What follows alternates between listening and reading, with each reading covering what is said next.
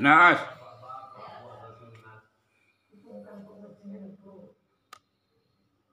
Hari ini Pak Ustadz. Alhamdulillah sehat. Alhamdulillah sehat ya. Alhamdulillah Pak Ustadz. Alhamdulillah. Baik Pak Ustadz, tema di pagi hari ini tentang apa nih Pak Ustadz? Baik, insya Allah tema di pagi hari ini yaitu balaslah keburukan dengan kebaikan. Baik, balaslah keburukan dengan kebaikan. Untuk sahabat Rama yang nanti ingin bertanya di dalam tema ataupun di luar tema juga silakan bisa langsung pergunakan nomor WhatsApp di 085621211047. Dan sekarang kita akan simak doa kemudian tausiah oleh Pak Ustadz. Silakan Pak Ustadz. Alhamdulillahilladzi arsala rasulahu bil huda wa dinil haq liyudhhirahu 'ala dini kullihi wa kafa billahi syahida. Asyhadu an la ilaha illallah wa asyhadu anna Muhammadan abduhu wa rasuluhu alladzi la nabiyya ba'd. Allahumma shalli wa sallim ala Muhammadin wa ala alihi wa ashabihi wa man tabi'ahum bi ihsanin ila yaumiddin. Sahabat Rama, di awal perjumpaan kita awali dengan doa, dengan harapan yang terbaik. Setiap doa yang dipanjatkan diijabah, dikabul oleh Allah Subhanahu wa Ta'ala. Kita meminta agar senantiasa berada dalam perlindungan yang terbaik, diberikan ilmu yang bermanfaat, rizki yang berkah, dimudahkan segala urusan, dan diberikan perlindungan serta keridhaan dalam setiap aktivitas yang kita laksanakan. Tidak lupa kita doakan juga jikalau di antara kita ada yang sakit, baik Anda, keluarga Anda, sanak famili Anda, kita doakan. Yang sakit agar Allah ganti dengan sehat walafiat, sehingga bisa beraktivitas sebagaimana biasanya. Yang menuntut ilmu diberikan ilmu yang bertambah, yang bermanfaat.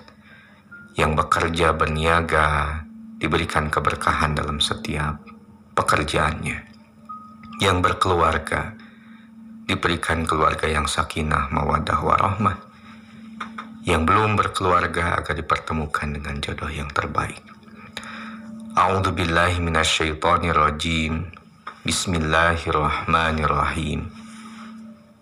Alhamdulillahirabbil alamin.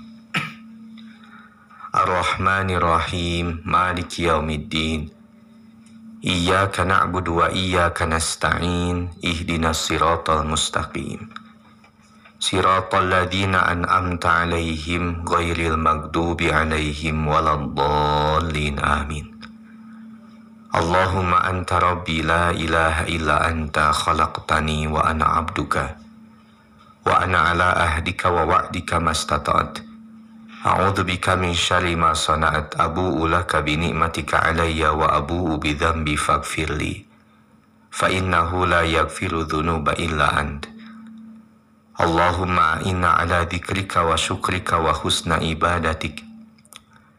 Allahumma inna na'udzu bika an nusyrika bika syai'an na'lamu wa nastaghfiruka lima la na'lamu. Rabbana la tuzigh qulubana ba'da idh hadaitana wa hab lana min ladunka rahmah innaka antal wahhab.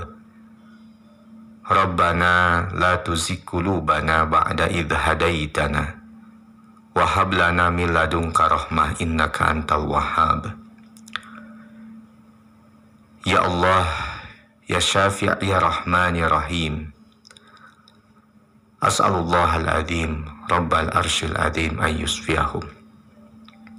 Allahumma inna na'udzubika minal barasi wal jununi wal judhami wa min sayyil asqam.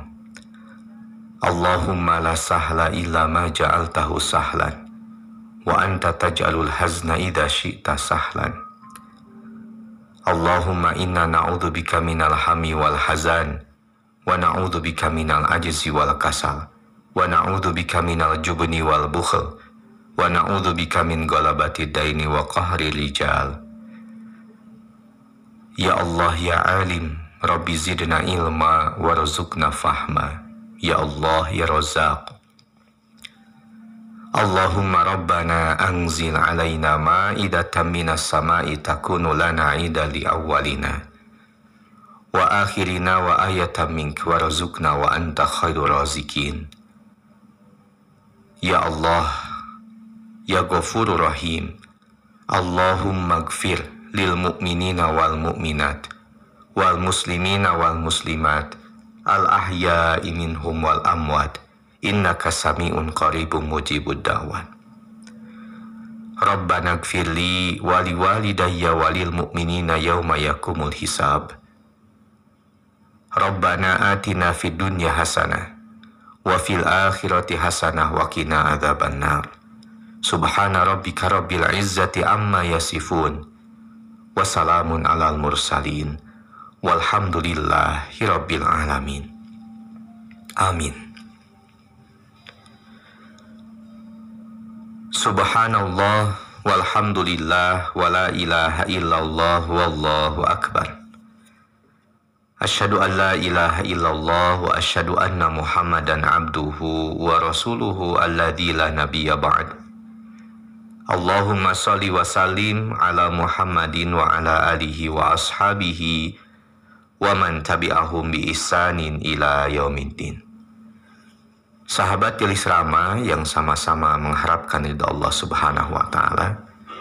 Tema tausiah kita pada edisi hari Ahad bertepatan dengan tanggal 27 Juli 2024 atau 20 Muharram 1446 Hijriah, yaitu balaslah keburukan dengan kebaikan. Allah Subhanahu wa taala berfirman, A'udzu billahi minasyaitonir rajim. Wa man ahsanu qawlan mimman da'a ila Allah wa amila shalihan wa qala innani minal muslimin. Wa la tastawil hasanatu wa la sayyi'ah idfa billati hiya ahsan. Fa idzal ladzi bainaka wa bainahu adawah ka'annahu waliyyun hamim. Wa ma yulaqqaha illa alladzina sabaru wa ma yulaqqaha illa dzu hadzin 'adzim.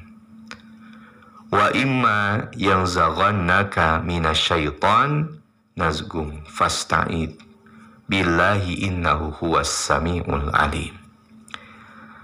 Siapakah yang lebih baik perkataannya daripada orang yang menyeru kepada Allah, yaitu mengerjakan amal soleh, dan berkata, sesungguhnya aku termasuk orang-orang yang berserah diri, dan tidaklah sama kebaikan dengan kejahatan.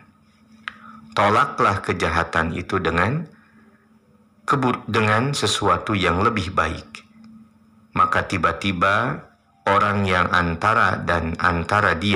antaramu dan antara dia ada permusuhan, seolah-olah telah menjadi teman yang sangat setia. Sifat-sifat yang baik itu tidak dianugerahkan melainkan kepada orang-orang yang sabar, dan tidak dianugerahkan melainkan kepada orang-orang yang mempunyai keberuntungan yang besar. Dan jika syaitan mengganggumu dengan suatu gangguan, maka mohonlah perlindungan kepada Allah. Sesungguhnya dialah yang maha mendengar lagi maha mengetahui. Sahabat Jelis Rama yang sama-sama mengharapkan ridha Allah Subhanahu wa taala. Dari ayat ke-33 sampai 36 dalam Quran surat Fussilat, Allah Subhanahu wa taala menyeru kita agar senantiasa mengajak manusia untuk mengerjakan amal yang soleh. Di antaranya mengajak untuk beribadah kepada Allah dengan mendirikan sholat. Lalu Allah Subhanahu wa taala menjelaskan tidak sama antara kebaikan dengan keburukan. Maka balaslah keburukan itu dengan yang lebih baik.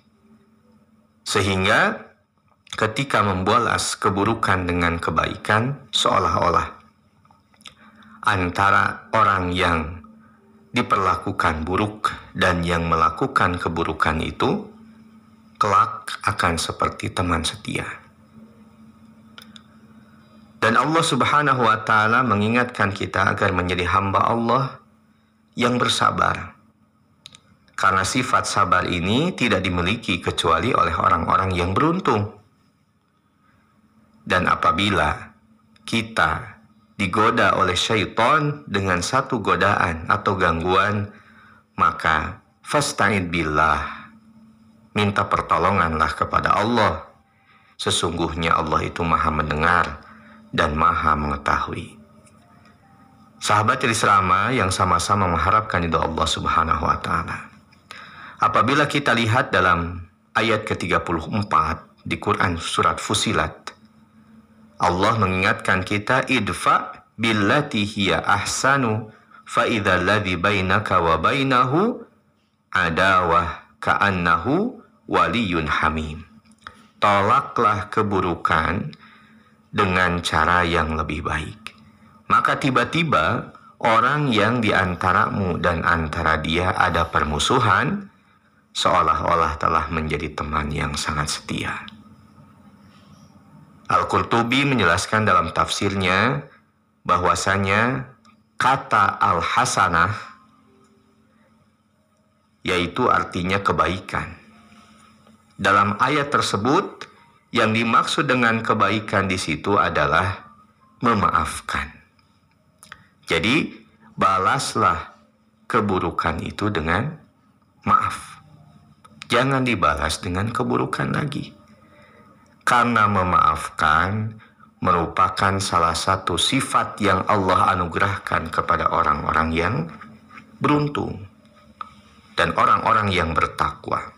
Sehingga lawan dari hasanah ini adalah sayyi'ah. Jadi beda antara keburukan dengan kebaikan.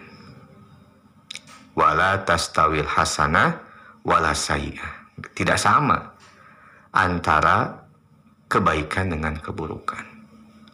Sehingga kalimat yang baik adalah sesuatu yang bermanfaat untuk kehidupannya di dunia dan juga menjadikan beruntung dalam kehidupan akhirat. Sebaliknya kalimat sayyi'at, perilaku yang sayyi'at, yang buruk, tentu akan merugikan dalam kehidupan dunia dan akhirat.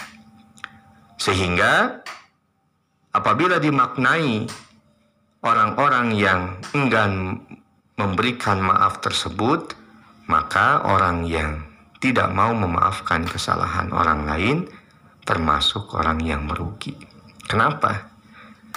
Karena ciri orang yang bertakwa apabila kita lihat dalam Quran surat Ali Imran di ayat 134 adalah alladzina yunfikuna fis sarai wad dharai wal kadhiminal ghaidha wal afina 'anil nas wallahu yuhibbul muhsinin. Orang-orang yang bertakwa itu memiliki ciri, di antaranya adalah orang yang menginfakkan sebagian hartanya di jalan Allah, baik dalam keadaan lapang ataupun sempit. Lalu orang yang mampu memanage hatinya, memanage perilakunya, memanage amarahnya, dan memaafkan kesalahan yang dilakukan oleh yang lain atau manusia yang lain. Karena Allah mencintai orang-orang yang berbuat kebaikan. Sahabat Islam yang sama-sama mengharapkan itu Allah Subhanahu wa taala. Idfa billati hiya ahsan. Jika seseorang melakukan keburukan terhadapmu, terlebih khusus lagi jika mereka adalah orang-orang yang dekat denganmu, mungkin di antara kerabat ada yang berbuat buruk, di antara sahabat, teman kita, atau orang sekitar kita, baik mereka pernah berbuat buruk dengan lisannya kepada kita atau dengan perbuatannya, maka idfa billati hiya ahsan. Balaslah dengan yang lebih baik lagi. Jika ada di antara saudara kita yang memutuskan silaturahim, maka sambunglah. Sehingga mendapatkan keutamaan terkait dengan menyambungkan silaturahim. Ketika Rasulullah SAW berwasiat kepada orang-orang yang ada di Madinah, ketika pertama kali datang ke sana, maka Rasul mewasiatkan beberapa hal, di antaranya adalah wasilul arham, menyambungkan silaturahim sebagai sarana untuk tadkhulul jannata bisalam, masuk ke dalam surga dalam keadaan selamat. sahabat Islam yang sama-sama mengharapkan ridha Allah Subhanahu wa taala. Oleh sebab itu, manfaat dari idfa billati hiya ahsan. Faidahnya di antaranya yang pertama adalah menjadi hamba Allah yang beruntung. Dengan memaafkan kesalahan orang lain, maka tentunya ada pahala yang didapatkan. Yang kedua, faidah yang bisa kita dapatkan dari membalas keburukan dengan sesuatu yang lebih baik, maka hubungan yang buruk akan menjadi baik. Bahkan Allah mengingatkan bahwasanya bainaka wa bainahu adawah ka'annahu waliyun hamim. Orang yang bermusuhan tersebut maka kelak seakan-akan akan menjadi seperti teman setia. Maka memperbaiki hubungan di antara keduanya. Lalu yang ketiga, orang yang membalas keburukan dengan kebaikan adalah terhindar dari sifat yang buruk, yaitu dendam. Dan yang keempat, maka tentu faidah yang didapatkan ketika membalas keburukan dengan kebaikan adalah meniti jalan orang-orang yang bertakwa. Karena Allah menyampaikan ciri orang yang bertakwa adalah wal afina anin nas, memaafkan kesalahan orang lain.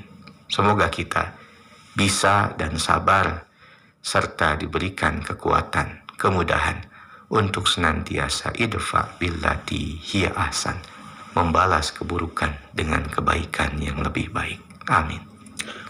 Amin ya robbal alamin. Baik, untuk sahabat Rama yang ingin bertanya silakan. Tapi nanti sebelum kita lanjut pada sesi dialog, kita akan simak dulu yang akan lewat berikut ini.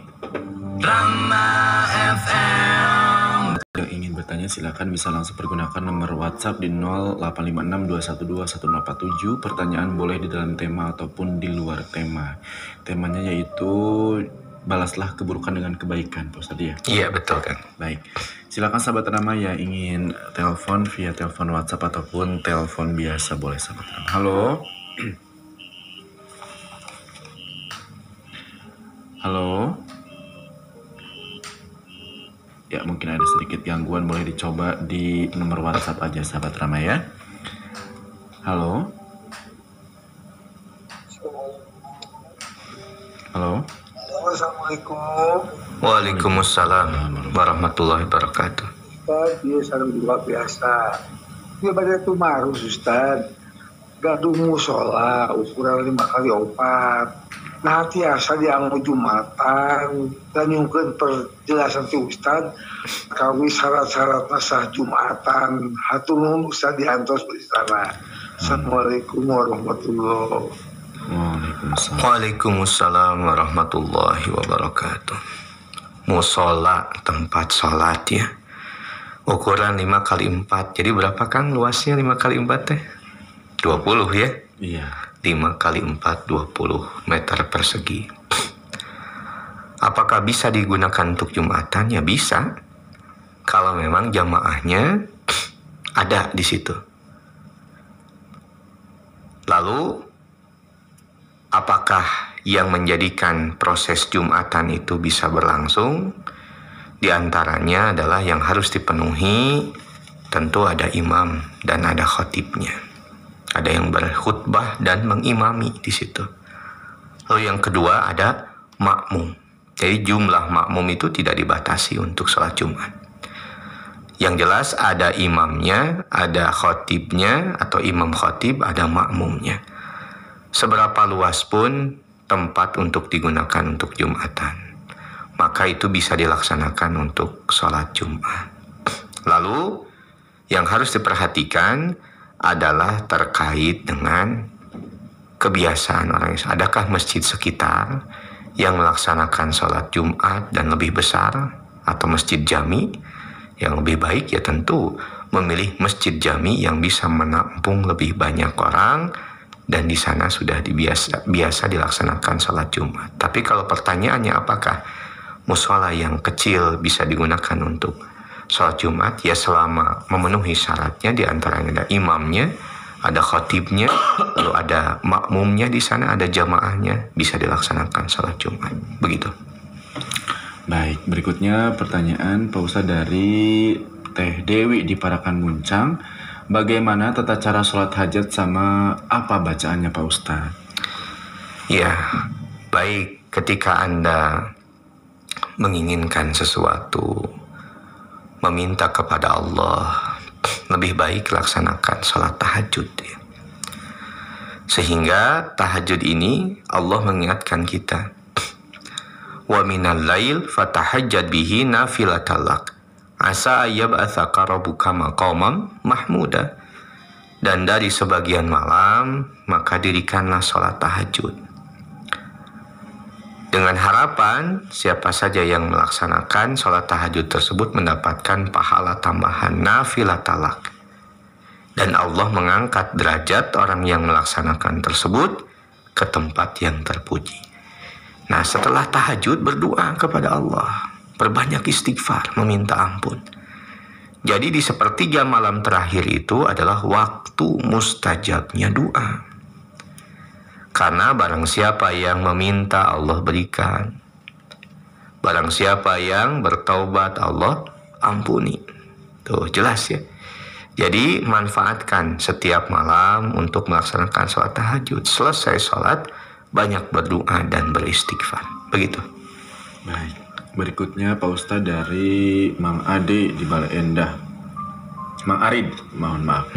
Mang Arid, bolehkah Pak Ustadz seorang perempuan itu memimpin doa sementara di situ banyak laki-laki Pak Ustadz? Ar-rijalu qawwamuna 'alan nisa. Laki-laki itu adalah pemimpinnya para wanita. Jadi lebih baik kalau ada laki-laki di situ, apalagi mempunyai kapabilitas terkait dengan keilmuannya, kesolehannya, maka yang memimpin di situ, yang berdoa dan diaminkan oleh jamaah, ya tentu lebih baik laki-laki. Kecuali ketika jamaahnya adalah ibu-ibu, para akhwat, para wanita, maka tidak masalah ketika yang memimpinnya di depan itu adalah wanita juga. Begitu. Baik, berikutnya Pak Ustadz dari Ibu Yuli di Sukabumi. Bagaimana Pak Ustadz hukumnya kalau anak membangkang tidak mau mendengar nasihat orang tua, sedangkan dia tinggal sama yang beda agama dengan berbagai nasihat tetap tidak didengar? Itu bagaimana hukumnya untuk anak itu Pak Ustadz? Ya, tergantung dari kasusnya. Ini kasuistik ya. Historinya seperti apa? Maksudnya tinggal dengan yang berbeda agama itu karena apa?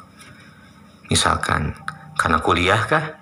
Kos di tempat tertentu atau bagaimana? Dinasehati oleh orang tuanya ya. Maka nasihatnya tentu tidak cukup dengan nasihat saja, tapi harus dengan solusi. Solusinya bagaimana terkait dengan masalah tersebut? Sehingga kalau nasihat disampaikan, solusi sudah diberikan, dan itu merupakan solusi yang terbaik, tentu ketika argumen dari anak tersebut tadi diistilahkan dengan membangkang, maka durhaka terhadap orang tua. Padahal sudah diberikan tuntunan syariahnya seperti apa. Begitu ya. Jadi nasihat harus disertai dengan solusi. Begitu. Baik, berikutnya dari siapa nih, masih di 0856 212 147 Ibu Nunung di Kiara Condong Pak Ustadz. Iya, mangga. Itu maras perkawis zakat mal atau napi zakat penghasilan. Masih kirang paham Pak Ustadz. Yang kedah di zakat mal teh kinten-kinten cina penghasilan sabaraha Pak Ustadz? Upami 3 juta kumaha Pak Ustadz dan dikeluarkan sabaraha? Iya. Baik, terkait dengan zakat penghasilan, memang ini ada pendapat yang membolehkan dan ada yang mencukupkan penghasilan itu dengan infak saja. Jadi setiap Anda gajian, berinfak sesuai dengan kemampuan tentunya. Semakin banyak berinfak, maka semakin banyak pahala yang didapatkan. Mathalul ladzina yunfikuna amwalahum fi sabilillah kamathali habbah ambatat sab'a sanabil fi kulli sumbulatin mi'atu habbah. Wallahu yudha'ifu liman yasha wallahu wasi'un alim. Perumpamaan orang yang menginfakkan hartanya di jalan Allah, maka seperti yang menanam satu benih. Jadi 7 cabang, setiap cabangnya ada 100, berarti 700 pahalanya. Dari 1 jadi 700. Dan Allah bisa saja melipat gandakan pahala dari infak itu sesuai dengan kehendaknya dengan lipatan yang tidak terhingga. Karena Allah itu Rabb yang maha luas kasih sayangnya dan juga maha mengetahui. Jadi terkait dengan penghasilan, infak saja Bu ya. Sehingga kalau tadi 3 juta, Anda bisa infak berapapun. Kalau zakat itu kan dibatasi dengan 2,5%. Terkait dengan zakat penghasilannya atau zakat harta yang dikumpulkan, yang sudah sampai nasabnya, sudah sampai hitungannya, ya, sudah 1 tahun, sudah bisa dilaksanakan 2,5% kalau terkait dengan harta. Tapi kalau terkait dengan gaji, penghasilan, infak saja. Dan infak itu bisa lebih, mau 5% mah enggak, mau 10% mah enggak. Semakin besar tentu semakin banyak pahalanya. Begitu. Baik, berikutnya silahkan yang ingin bertanya via telepon WhatsApp di 0856 212 1047. Halo. Assalamualaikum. Waalaikumsalam warahmatullahi wabarakatuh. Pak Astap dari Bojong Sukamukti, Pak Ustad. Pak Astap, alhamdulillah, saya Pak. Iya nyuhunkeun dijelaskan Pak Ustad masalah untuk melaksanakan ibadah haji. Ada dana talangan itu ya dari bank, bukan satu bank lah. Yeah. Itu bagaimana ditinjau dari hukum Islam atau pandangan Allah Pak Ustad? Yeah. Nyuhunkeun dijelaskan Pak Ustad. Atur nuhun. Assalamualaikum warahmatullahi wabarakatuh. Waalaikumsalam warahmatullahi wabarakatuh. Baik, terkait dengan ibadah haji, manis tato'a ilaihi sabilan. Jadi salah satu rukun Islam adalah melaksanakan ibadah haji. Manis tato'a ilaihi sabilan. Bagi yang mampu untuk melaksanakannya. Tentu mampu di sini terkait dengan finansial. Karena ibadah haji itu tidak terlepas dari biaya yang harus dikeluarkan. Bagaimana jika ada produk dari bank syariah terkait dengan dana talangan haji? Apakah boleh diambil? Ya silahkan. Ketika Anda mengajukan terkait dengan mengambil jasa tersebut atau produk tersebut, maka tentu pihak lembaga keuangan sudah memperhitungkan penghasilan Anda berapa, dalam jangka waktu berapa tahun harus dilunasi, cara melunasinya seperti apa, sudah dihitung itu, dikalkulasi sehingga Anda dinyatakan mampu untuk membayar. Jadi talangan haji itu hanya untuk daftar saja Pak, tidak keseluruhan. Jadi hanya untuk daftar mendapatkan porsi haji. Porsi haji itu kan 25 juta. Jadi untuk daftar saja, sedangkan pelunasannya nanti. Mungkin sebelum berangkat sudah lunas 3 tahun ya, dana talangan haji. Lalu bisa jadi ada yang 4 tahun sudah selesai. Namun yang terbaik tentu ketika kita mengumpulkan uang yang Allah titipkan kepada kita sedikit demi sedikit ditabung sehingga mampu untuk daftar haji, itu yang paling baik. Karena sesuai dengan kemampuan dan tidak berhutang. Begitu. Baik. Berikutnya Pak Ustadz, ini dari Kang Deden di Sukabumi Pak Ustadz. Kalau misalkan kita diundang ke acara 7 harian saudara yang meninggal Pak Ustadz, atau membantu, apakah harus datang atau bagaimana Pak Ustadz? Iya. Terkait dengan upacara kematian, berapa hari pun itu, 3-nya, 7, 40, 100, 1000, maka tentunya segala suatu amalan itu harus kita lihat. Rasul melakukannya tidak. Sehingga wa ma atakumur rasul fakhudhuhu wa ma nahakum anhu fantahu. Apa yang dilakukan oleh Rasul, lakukan. Apa yang tidak dilakukan, maka tinggalkan. Lalu yang kedua pertimbangannya, ada satu kaidah, laukana khairan lasabakuna ilaih. Para sahabat mengatakan seandainya perbuatan itu baik, maka kami yang pertama kali melakukannya. Tuh. Jadi terkait dengan hal tersebut tidak datang pun tidak apa-apa. Begitu. Baik. Berikutnya Pak Ustadz, kalau misalkan merangkai jari jemari itu hukumnya bagaimana Pak Ustadz? Tergantung ya. Dalam hal apa gitu. Jadi harus diketahui dalam hal apa, dalam kondisi seperti apa. Begitu. Nah, berikutnya silakan sahabat Rama yang ingin bertanya lagi via telepon WhatsApp sahabat Rama. Halo. Assalamualaikum warahmatullahi wabarakatuh. Waalaikumsalam. Waalaikumsalam warahmatullahi wabarakatuh. Punten Pak Ustadz bade tumaros. Abdi teh kan bade netepan tahajud. Mung waktosna teh tos mepet gitu nya Pak Ustadz. Nanging pun biang teh hoyong ieu salat hoyong tuang leueut gitu. Nya abdi teh ngayekeun we ka hoyongna. Janten abdi teh ka kantun setepan tahajudna teh. Tah, anu janten Assalamualaikum ya Pak Ustadz. Apa Bu yang jadi pertanyaannya Bu? Assalamualaikum warahmatullahi Ibu. wabarakatuh. Tadi pas pertanyaannya terputus. Iya, Ibu belum putus, Iya. Bu. Coba pertanyaannya. Kuma pertarusan aku mah. Oh iya gini, pertanyaan nanti kan cia Pak Ustadz. Abdi teh bari tepan tahajud. Iya, udah ngerti ini, Mak. Pertanyaannya langsung. Oh, yang diutamakannya itu yang mana, orang tua dulu apa sholat dulu? Karena saya jadi tertinggal sholatnya gitu. Nah, orang tuanya apa Bu memanggil untuk apa? Tuang leueut, makan minum mungkin Pak Ustadz gitu. Halo, Ibu? Dibuatin makanan. Oh iya, mangga Bu. Waalaikumsalam warahmatullahi wabarakatuh. Orang tua dulu. Ya, orang tua dulu buatkan makanan atau siapkan minuman. Dan mau dugi 5 menit rupina mah. Ya. Tidak akan sampai 5 menit kalau ada nasi sudah dinanakan sekarang itu. Ada rice cooker.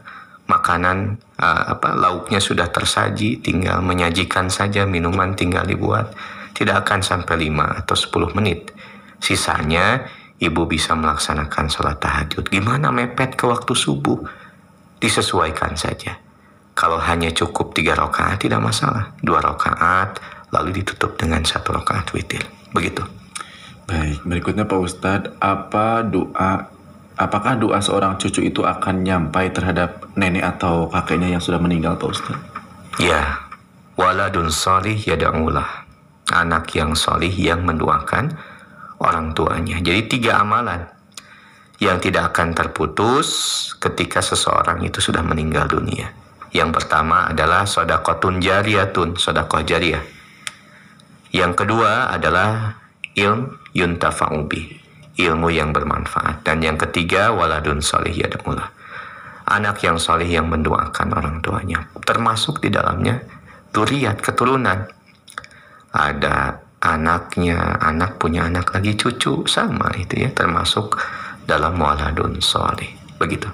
Baik, berikutnya dari Kang Mul di Sirna Galih Cimenyan Pak Ustadz. Bangga Kang Mul. Apa arti Rasul Pak Ustadz? Rasul itu adalah utusan.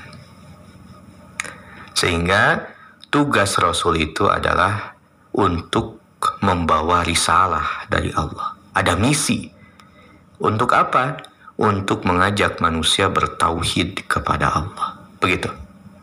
Baik, berikutnya Pak Ustadz, sholat tahajud setelah beres itu banyak baca istighfar. Ya, istighfar itu apa saja Pak Ustadz? Selain astagfirullah.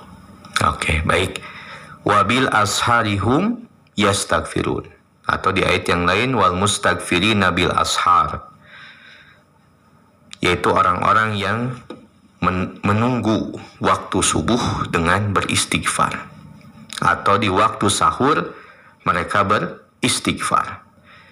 Jadi istighfar di sini bagaimana kalimatnya? Boleh dengan istighfar yang pendek, astagfirullah, atau dengan sayyidul istighfar, Allahumma anta rabbi la ilaha illa anta khalaqtani wa ana abduka wa ana ala ahdika wa wa'dika mastata'at, dan seterusnya.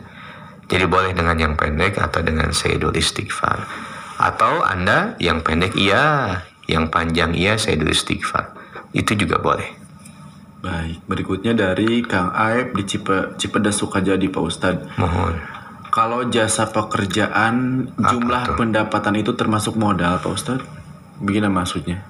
Cukup infak aja atau bagaimana Pak Ustadz? Iya, berinfak saja ya. Berinfak saja. Jadi jasa pekerjaan, Anda bekerja gitu ke orang lain, atau Anda buruh harian, maka Anda berinfak sesuai dengan kemampuan. Baik.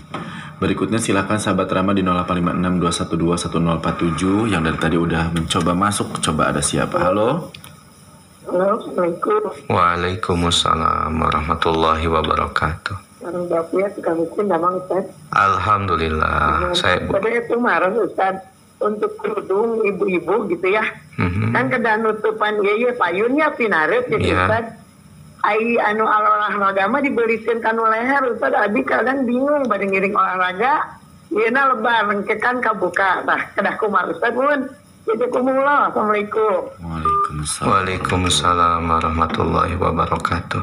Tergantung olahraganya, Bu. Ya. Tergantung olahraganya dilaksanakan di mana. Kalau dilaksanakan di tempat tertutup, ya tidak ada kamera misalkan, yang bisa dilihat oleh lawan jenis, di situ ibu-ibu saja, itu tidak masalah. Namun tetap pakaiannya jangan menggunakan pakaian-pakaian yang cetak body atau press body gitu ya, disesuaikan. Nah, kalau kondisinya bercampur ikhtilat antara laki-laki atau perempuan atau ibu-ibu saja tapi di tempat umum, tentu sama posisinya sebagaimana ketika di tempat yang lainnya, yaitu menutup auratnya, menutupi dadanya, memakai pakaian yang longgar, sehingga apabila kita lihat tentu di Quran surat An-Nur di surat ke-23, surat 24 di ayat ke-31 Allah Subhanahu wa taala mengingatkan kita, wa kullil mu'minati yaghdudna min absarihinna wa yahfadna furujahunna wa la yubdina zinatahunna illa ma dhahara minha. Katakanlah kepada wanita yang beriman, hendaklah mereka menahan pandangannya dan kemaluannya, dan janganlah mereka menampakkan perhiasannya kecuali yang biasa nampak daripadanya. Dan di lanjutan ayat tersebut, wal yadribna bihumurihinna ala juyubihinna, dan hendaklah mereka menutup kain kudungnya ke dadanya, dan seterusnya. Ini ayatnya cukup panjang ya. Begitu, Bu. Baik, berikutnya Pak Ustadz mau dijelaskan surat An-Nur ayat 60, Pak Ustadz. Surat An-Nur ayat ke-60, surat 24 di ayat ke-60. A'udzubillahi minasyaitonirrajim. Wal qawaidu minan nisa'il lati la yarjuna nikahan falaysa 'alaihinna junahun ay yada'na thiyabahunna ghaira mutabarrijatin bizinah wa ay yasta'fifna khairul lahun wallahu sami'un alim. Dan perempuan-perempuan tua yang telah terhenti dari haid dan dari mempunyai anak disebabkan telah lanjut usia, menopause berarti ya, yang sudah lansia, tapi di sini yang tiada ingin nikah lagi, bagi yang demikian itu tiadalah atas mereka dosa menanggalkan pakaian mereka, yaitu jilbab mereka atau selendang mereka atau penutup yang ada di atas kerudung mereka, dengan tidak bermaksud menampakkan tidak bermaksud menampakkan perhiasannya yang tersembunyi seperti kalung, gelang di tangan, gelang di kaki. Dan berlaku terhormat tidak melepaskannya adalah lebih baik bagi mereka. Tuh, ingat di akhir ayatnya. Dan tidak melepaskannya itu lebih baik bagi mereka. Dan Allah Maha mendengar perkataan kalian, lagi Maha mengetahui apa yang tersimpan di dalam hati. Begitu. Ini untuk wanita-wanita yang sudah lansia ya, sudah tidak lagi haid, tentu karena sudah lansia karena usia. Maka ya kalau keluar rumah tentu tetap menutup auratnya. Kalau di dalam rumah ya sebagaimana biasanya, karena di rumah itu tentu di sana kebanyakan mahramnya di dalam rumah itu, maka tidak berkerudung pun tidak apa-apa. Begitu. Berikutnya Pak Ustadz dari Panjalaya, dosa apa, dosa dari istri Pak Ustadz maksudnya, yang akan dipertanggungjawabkan oleh suami nanti di akhirat Pak Ustadz? Dosa apa yang akan dipertanggungjawabkan oleh suami ketika tidak mendidik dan menafkahi istrinya? Sehingga Rasul mengingatkan khairukum li ahli. Sebaik-baik kalian adalah yang paling baik terhadap keluarganya. Wa ana, dan aku, khairukum li ahli, yang paling baik diantara kalian kepada keluargaku. Tuh, berlaku baik itu bukan hanya sekedar dengan menafkahi lewat harta, kebutuhannya dicukupi, bukan. Tapi terkait dengan pendidikan Islam, pembinaan untuk istrinya.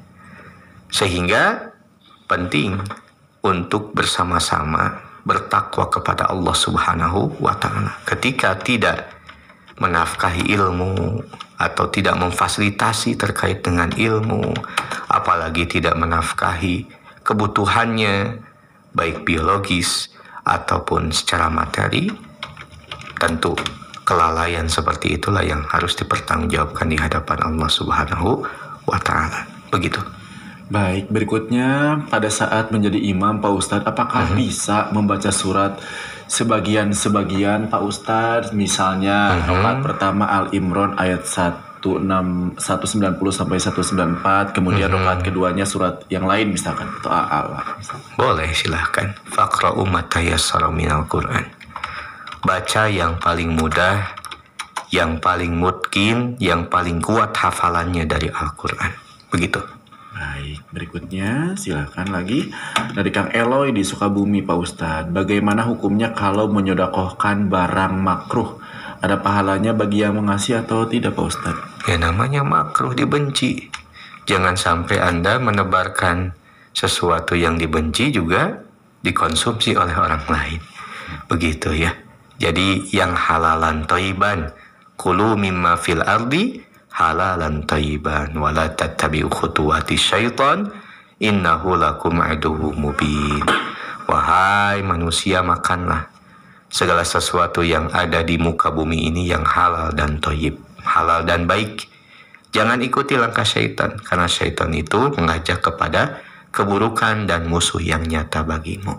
Jadi yang halal saja, yang jelas saja zatnya, dan tentunya bermanfaat dan menyehatkan. Baik, berikutnya Pak Ustadz yang mau nomor WhatsApp Pak Ustadz mungkin silahkan Pak Ustadz, boleh di itu atau serah Pak Ustadz. Ya, untuk nomor WhatsApp nanti di Rama saja ya, dibalas lewat WA di Rama. WhatsApp ya. Baik, berikutnya sahabat Rama silakan masih di 0856 212 1047. Ada siapa lagi sahabat Rama? Halo. Halo. Langsung, waalaikumsalam warahmatullahi wabarakatuh. Sekarang sahabat? Enggak Pak Denny. Pak Denny. Pak Denny? Iya, langsung. Kumaha Pak? Kalau masjid dipakai acara untuk kebaikan atau agustusan itu, atau minta penjelasannya terus kurang jelas pertanyaannya, gegerek-dekan. Suaranya Pak, suaranya kurang jelas. Delay Pak Ustadz, dan kita sudah berada di penghujung acara juga Pak Ustadz. Iya, mohon maaf kurang jelas ya Pak Denny. Baik, gimana kan? Mungkin maksudnya kalau masjid, bolehkah masjid digunakan untuk acara yang baik? Yang baik gitu tadi. Ya tergantung acara yang baiknya apa gitu. Karena pada hakikatnya masjid itu usisa ala taqwa, dibangun atas ketakwaan. Jadi spirit membangun masjid itu adalah meningkatkan ketakwaan. Apakah akan berimbas terhadap ketakwaan orang yang berkumpul di sana atau tidak? Itu yang pertama. Yang kedua, kegiatannya harus jelas. Kalau kajian thalabul ilm di situ, musyawarah di situ, boleh silahkan ya. Musyawarahnya untuk meningkatkan ketakwaan, untuk mengagendakan program-program atau kegiatan-kegiatan tertentu yang bermanfaat dan meningkatkan ketakwaan. Begitu rupanya. Baik, yang terakhir mungkin Pak Ustadz ada yang ingin disampaikan, silakan Pak Ustadz. Baik sahabat Tilis Rama yang sama-sama mengharapkan ridho Allah Subhanahu wa Ta'ala. Terima kasih Anda yang telah bergabung dari awal sampai penghujung acara. Dan informasi yang terbaik untuk Anda sekalian terkait dengan wakaf, silakan Anda yang akan berwakaf untuk pontren, perluasan pontren Darul Muttaqin, Anda bisa datang langsung ke sekretariat di gedung wakaf, di gedung dakwah, di gedung dakwah Darul Muttaqin Cimahi. Anda bisa menuju ke alamat Family, Kebon Kopi, Ciberem, Cimahi Selatan, Kota Cimahi, Jawa Barat. Atau Anda bisa melihat di map di Google, searching saja gedung dakwah Darul Muttaqin. Insya Allah nanti ada rute yang bisa Anda ikuti sehingga sampai di tempat yang dituju.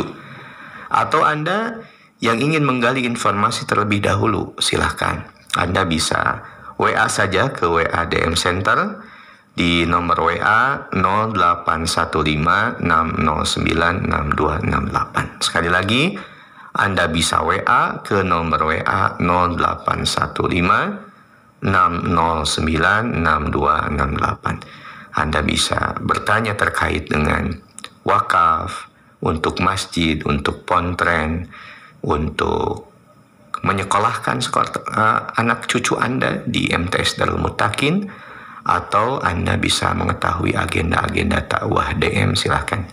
Terkait dengan umroh, bimbingan ibadah haji, dan taklim, bisa WA ke nomor tersebut. Terima kasih untuk semua pihak yang terus support, mendukung segala program DM. Jazakumullahu khairan katsiran.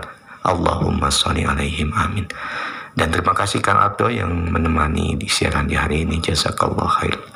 Mudah-mudahan Allah balas dengan sesuatu yang lebih baik lagi. Dan semoga kita dipertemukan dalam kesempatan yang lainnya dalam keadaan sehat walafiat. Mohon maaf lahir batin. Aku qouli hadza wa astaghfirullah li wa lakum. Assalamualaikum warahmatullahi wabarakatuh. Waalaikumsalam warahmatullahi